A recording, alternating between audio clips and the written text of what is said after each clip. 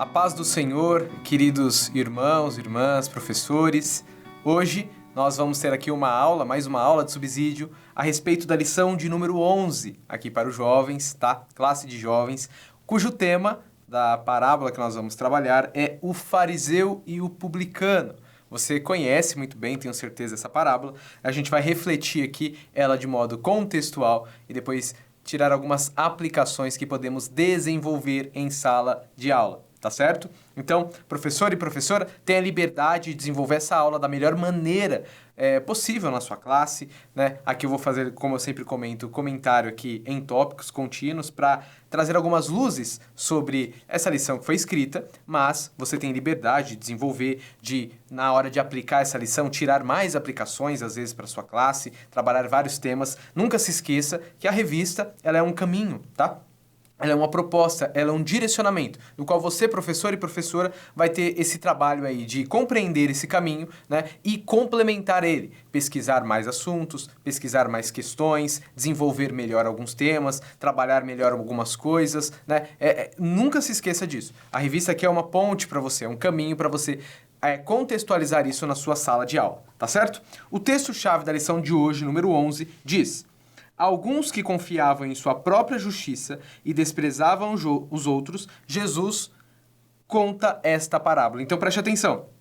A parábola é contada para alguns que confiavam na sua própria justiça e desprezavam os outros. Aqui a gente já tem o contexto que a gente chama de imediato da parábola que a gente vai trabalhar. Esse versículo aqui já nos situa no que a gente vai desenvolver a seguir. Então a parábola que nós vamos estudar tem uma relação com aqueles que confiam na sua própria justiça e desprezam, né, os outros. Não se esqueça disso. Aí nós temos uma síntese, tá? O fariseu e o publicano representam o estilo de vista egoísta do mundo, de um lado, e o estilo de vida humilde e dependente de Deus, do outro. Então a síntese da lição que nós vamos desenvolver hoje sobre a parábola do fariseu e publicano já nos traz essa ideia. A gente tem dois opostos aqui. O fariseu representando esse estilo de vida egoísta, e o publicano representando esse estilo de vida humilde e dependente de Deus. Quais são os nossos objetivos? O que nós pretendemos, ao chegar ao fim dessa lição, alcançar? São 3 objetivos que eu coloquei aqui, tá? Primeiro, compreender o contexto da parábola do fariseu e publicano. Então, nosso esforço primeiro é entender o que essa parábola está falando, o contexto dela, compreender do que se trata e por que Jesus conta ela. Segundo, entender que a humildade na oração e na vida é o estilo de vida dos discípulos. Então, humildade, né, e oração é um estilo de vida cristão. A gente precisa ter ciência disso.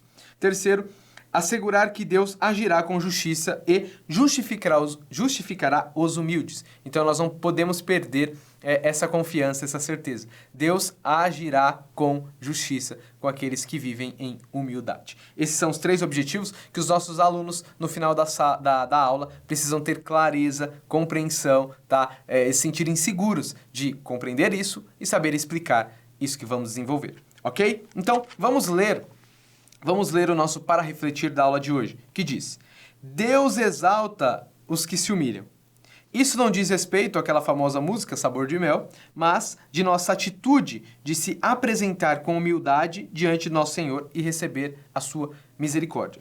Porque já no Para Refletir eu trago essa ideia, porque às vezes, né, aquela famosa música Sabor de Mel, ela traz aquela sensação de que quem te viu, né, passar por dificuldade vai te ver hoje bem, feliz, você alcançando todos os seus objetivos, elas vão se arrepender, né, de não ter te apoiado, te incentivado naquele momento que você passou por dificuldade. Mas entenda que o texto que nós lemos não diz sobre aqueles que são, né, se você prestar atenção, e eu já vou ler para você aqui os últimos versos, né? Mas a gente está falando daquelas pessoas que são humildes, não das pessoas que são humilhadas, né? Essa é a primeira coisa que é uma diferença dessa música para essa parábola. A gente fala que os que são humildes serão exaltados, né? Não no sentido simplesmente daqueles que são humilhados por outras pessoas. Esse sim, também Deus fará justiça, Deus sabe resolver essas questões. Mas eu preciso que você entenda o contexto que nós estamos falando aqui, diferenciando dessa música, né? Porque nós estamos enfatizando não o sucesso de alguém, mas nós estamos enfatizando aqui o estilo de vida humilde do cristão. esse estilo de vida humilde do cristão pode ser que aqui nessa vida tenha consequências negativas. Ao contrário, por exemplo, do que aquela música diz. Pode ser que você não seja famoso, você não tenha sucesso em tudo que você faça aqui nessa vida. Mas com certeza a proposta do reino de Deus é que você terá sucesso no reino. Que a sua atitude humilde pode te levar a alguns prejuízos diante dos outros, mas você é reconhecido e será exaltado no reino de Deus. Isso é o que importa, é isso que é valioso. Então, esse para refletir aqui é já para a gente entender que o estilo de vida cristão busca um estilo de vida humilde, uma vida em humildade. Isso é diferente de querer ser aplaudido ou ser exaltado por outras pessoas. Por viver o estilo de vida cristão, muitas vezes a gente vai ser perseguido, vai ser maltratado pelas pessoas. Isso não é descrédito ou desmérito no reino de Deus. Isso é para a glória do Senhor, tá bom? Então, nossa leitura bíblica em Lucas, capítulo 18, do verso 10 ao 14, diz, é a nossa parábola. Jesus contando. 2 homens subiram ao templo para orar. Um era fariseu e outro publicano. O fariseu, em pé, orava no íntimo.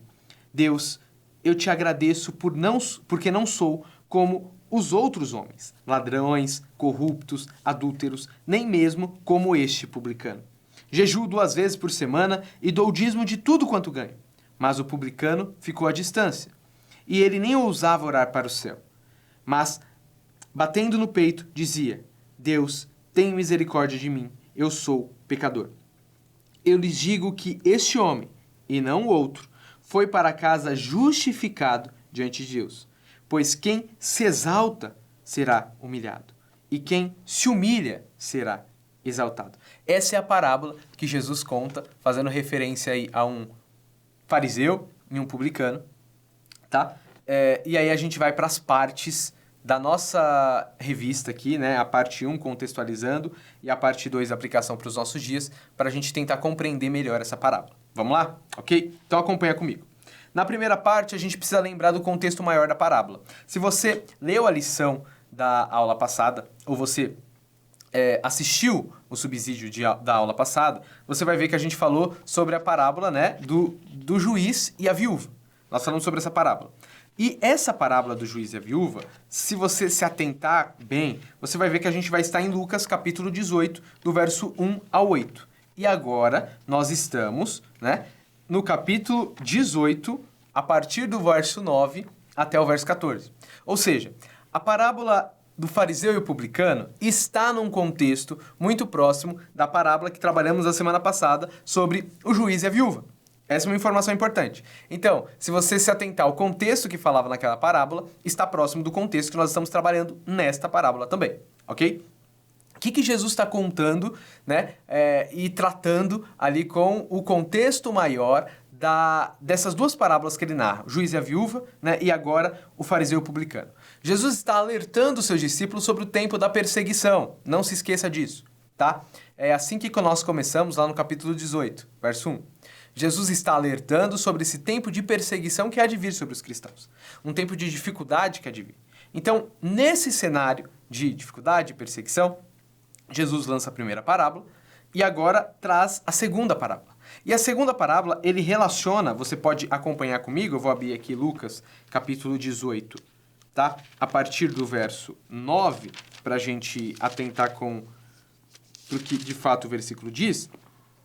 Após, né, Jesus está falando sobre o reino de Deus, Jesus está falando sobre esse momento de dificuldade que os seus discípulos poderiam vivenciar, né? E eu expliquei isso bem aqui no contexto maior da parábola e aplicação contextual da parábola que você vai ler na revista.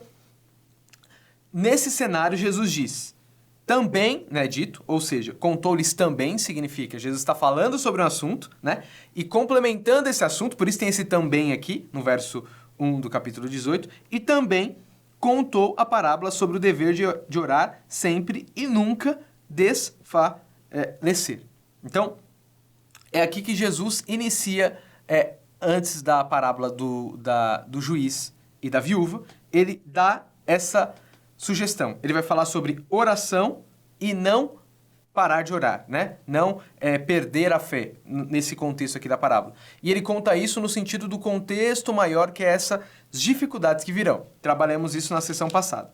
Aí nós vemos para o verso de número 9. verso 9 diz: E diz também essa parábola a uns que confiavam em si mesmo. Ou seja, é uma sequência de parábolas. Também agora vem a parábola que nós estamos trabalhando, do fariseu e do publicano. E agora, nesse contexto de dificuldade, perseguição, do reino de Deus que Jesus está anunciando, ele agora vai falar também para os que confiam em si mesmo, crendo ser justo e desprezam os outros. Então Jesus direciona, nesse contexto aí que as pessoas deveriam depender dele, depender do reino dele, ele direciona a atenção para alguns que não confiam, né, nesse reino dessa maneira, mas confiam mais em si, a ponto de desprezar os outros. Para elucidar isso, Jesus, como a gente já aprendeu, característica de Jesus ensinar, característica de Jesus de ministrar a sua palavra e ensinar sobre o reino de Deus, é contando uma parábola. Parábola existe uma resposta real da pessoa e moral, né, e utiliza imagens da época para que a pessoa visualize isso.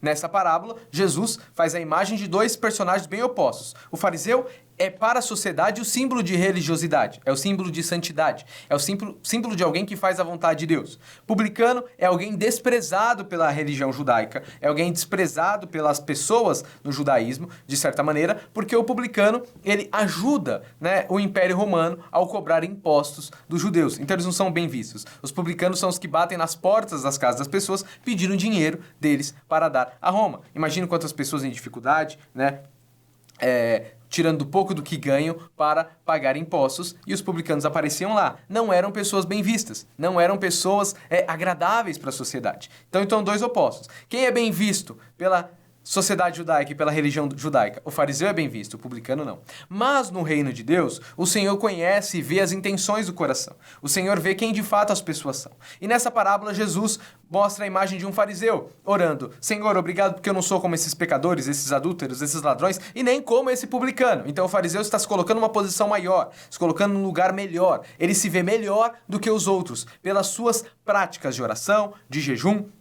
de caridade. Mas em oposição a ele está um publicano, que não tem coragem de olhar para o céu, bate no peito e fala: Senhor, me perdoa porque eu sou pecador. No fundo, Jesus, né, está dizendo, né, e vem o verso 14: Eu lhes digo que este homem, e não outro, foi para casa justificado diante de Deus, pois quem se exalta será humilhado, e quem se humilha será exaltado. Jesus está dizendo: olha, vejam, quem foi justificado para casa dentre esses dois? Foi o publicano. Isso causaria um espanto em quem está ouvindo. Nossa, o publicano, ele chega a ser justificado e o fariseu não. O que Jesus está mostrando? Jesus está mostrando que alguns confiam em si, na sua força, nas suas práticas, nas suas religiosidades, e outros são dependentes de Deus. Eles se humilham diante de Deus e por isso são exaltados por Deus. Por isso voltam para casa justificados. Ser exaltado por Deus nessa parábola, preste atenção nisso, ser exaltado por Deus nessa parábola não é ser famoso, não é quem te viu passar por uma prova e não te ajudou, agora vê você na bênção. Não é isso que ele está falando. É ser perdoado por Deus. É voltar para casa sabendo que fez o certo. É voltar para casa sabendo que dependeu de Deus e Deus acolheu a oração, acolheu a busca. Deus trouxe misericórdia para a vida dessa pessoa. É isso que a parábola está falando. É nesse sentido que é exaltado o que se humilha, tá? O que se humilha volta justificado, ou seja, perdoado. Deus entrega misericórdia. Deus vê aquele coração e consola aquele coração. É esse o sentido que nós estamos tratando aqui. Então, aqui a gente desenhou a parábola. Nesse contexto maior, que a gente não pode esquecer, tá? Jesus falou sobre a justiça de Deus. Agora ele continua falando do mesmo tema, tratando das pessoas que confiam na sua própria justiça. Nesse momento, Jesus está relacionando o tema da oração e da justiça, mesmo assunto que desenvolveu na parábola anterior. Podemos dizer que a segunda parábola apresenta o motivo da verdadeira oração do reino de Deus. Então, agora, diante daqueles que confiam em si e aqueles que são humildes, Jesus está mostrando qual é o sentido da verdadeira oração. Qual é o sentido da oração no reino de Deus? A oração no reino de Deus precisa ser humilde. O coração de quem ora precisa não se apresentar pensando ser melhor do que os outros, mas em humildade, sabendo que depende de Deus, que somos pecadores e necessitamos da graça do Senhor. Qual que é a explicação contextual da parábola? Tá? Quem foi justificado para casa? O publicano. Essa parábola poderia soar como uma loucura para os ouvintes judaicos, tá?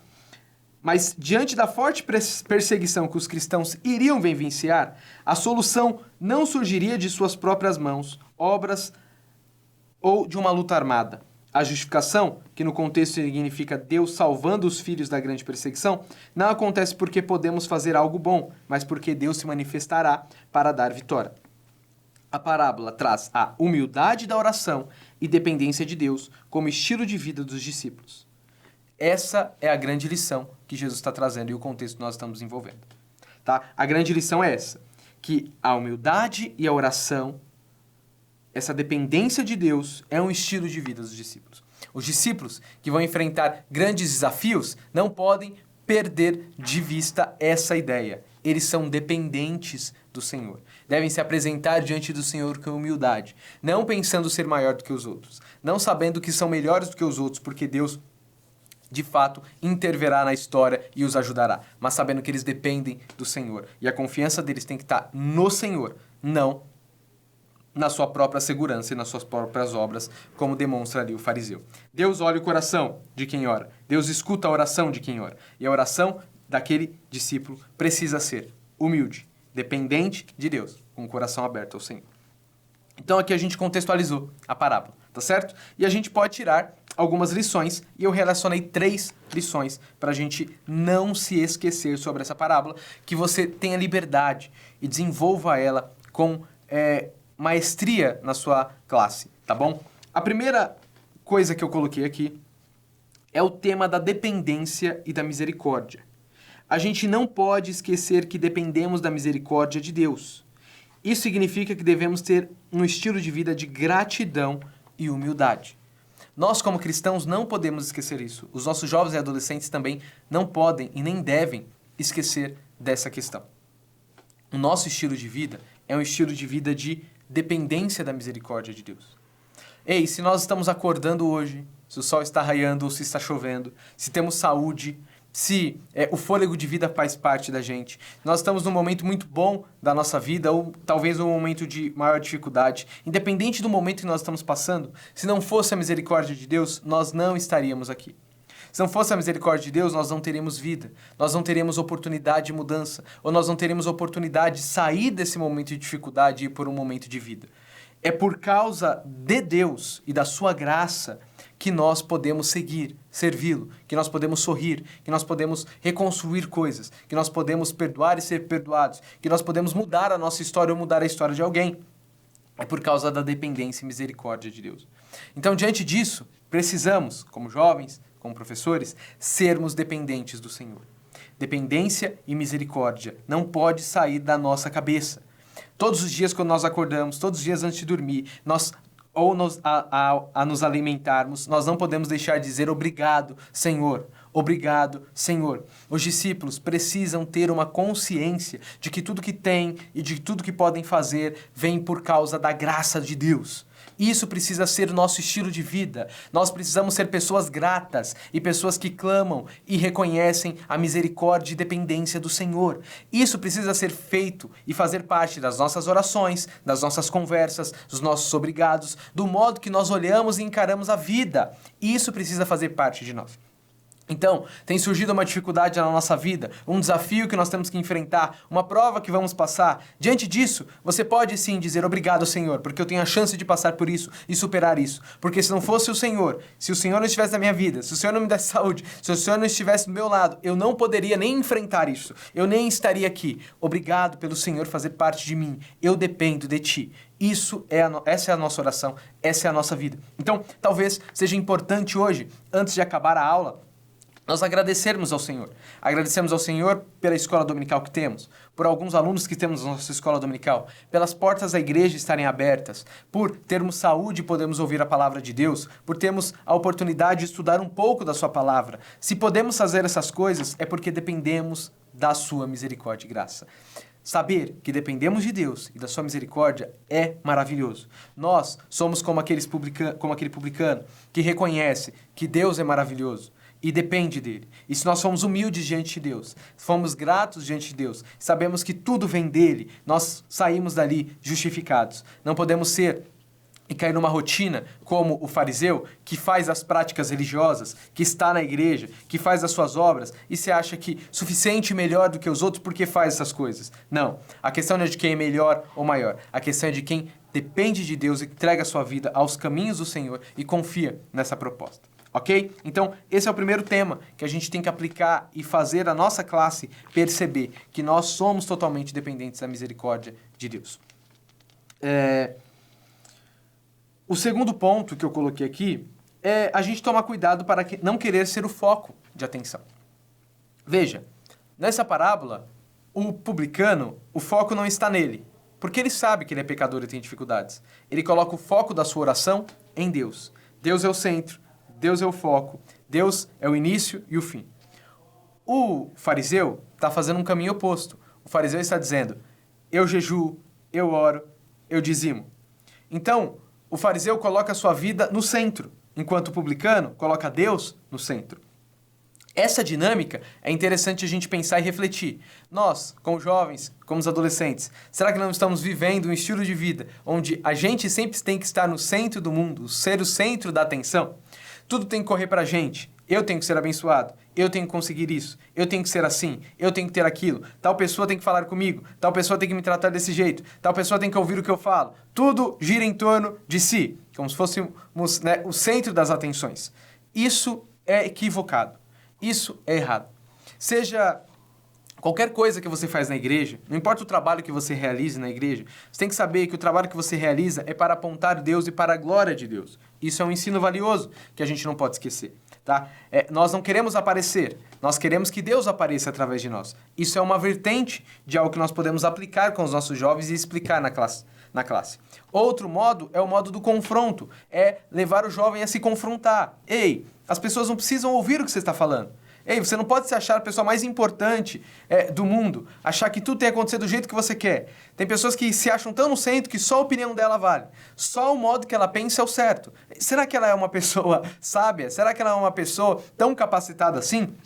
Sai do centro, sai do pedestal, passe a ouvir as outras pessoas, passe a ter humildade, passe a saber que existe não você ali no lugar final, mas que você é mais uma pessoa dentre tantas, do qual tem que agir com humildade e graça, mais uma que depende de Deus. Então, nesse ponto aqui, você pode enfatizar essas duas questões, que é, na nossa vida de serviço, na nossa evangelização, na hora que estamos cantando no louvor, na hora que estamos ensinando, pregando, tudo isso não é para que a pessoa apareça, e não pode ser para que ela apareça, mas para que Deus apareça. Colocar o Senhor no centro. E a segunda vertente é você confrontar o jovem e lembrar ele que ele precisa se confrontar. Dizer, às vezes a oração dele, tudo que ele faz é eu fiz isso, Senhor, eu faço isso. Senhor, eu quero desse jeito. Senhor, tal pessoa tem que olhar para mim. Senhor, eu quero que as pessoas me entendam. E tudo foca no nosso individualismo e a gente sempre no centro das relações, no centro de tudo. Isso precisa ser olhado com calma, com tranquilidade. Nós não podemos estar no centro, temos que deixar Deus no centro. E nós trabalhamos e nós servimos. Ou seja, pare de ficar chateado quando você gostaria que as coisas acontecessem somente do seu jeito e elas não acontecem do seu jeito. Você não é o centro das atenções. Pare de ficar revoltado quando aquilo que você espera, aquilo que você quer que aconteça na sua vida, porque você diz que faz assim, faz assado e tem que acontecer. Fique tranquilo, as coisas têm tempo para acontecer. Não se desespere, você não está no centro de todas as coisas. Isso também é uma lição importante, tá?